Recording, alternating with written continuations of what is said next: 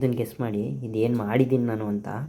Just for this guys, C ಎಷ್ಟು ಸಖತ್ತಾಗಿ ಮಾಡಿದ್ದೀನಲ್ಲ.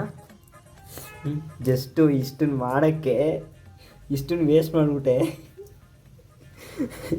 ಏನಾದ್ರು ನಾನು ಇವಾಗ ಇದು ನಮ್ಮ ಮನೇಲಿ ಮಾಡಿದ್ದಿದ್ರೆ ಗ್ಯಾರಂಟಿ ಎಕ್ಕಡನೋ ಇಲ್ಲ ಪೊರ್ಕೆನೋ ಯಾವುದ್ರಲ್ಲಾರು ಬಿದ್ದಿರೋದು ಫಿಕ್ಸು.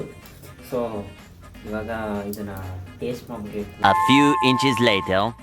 ಗಾಯ್ಸ್, ಪೂರ್ತಿ ಕರ್ಕುಲು ಸ್ಮೆಲ್ ಹೊಡಿತೈತೆ. ಬಟ್ ಎನಿವೇ ನಾನು ಇವಾಗ ಇದನ್ನು ಟೇಸ್ಟ್ ಮಾಡಿ ತೋರಿಸ್ತೀನಿ. ಅಂದರೆ ಟೇಸ್ಟ್ ಮಾಡಿ ತೋರಿಸ್ತೀನಲ್ಲ, ಟೇಸ್ಟ್ ಮಾಡ್ತೀನಿ ಹೆಂಗೈತೆ ಅಂತ.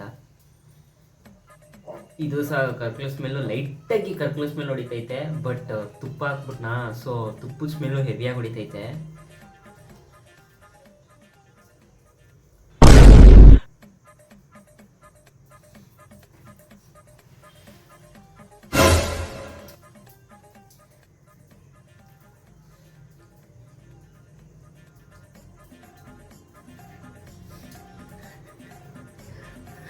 ಓವರ್ ಕರ್ಕುಲು ಸ್ಮೆಲ್ ಹೊಡಿತೈತೆ.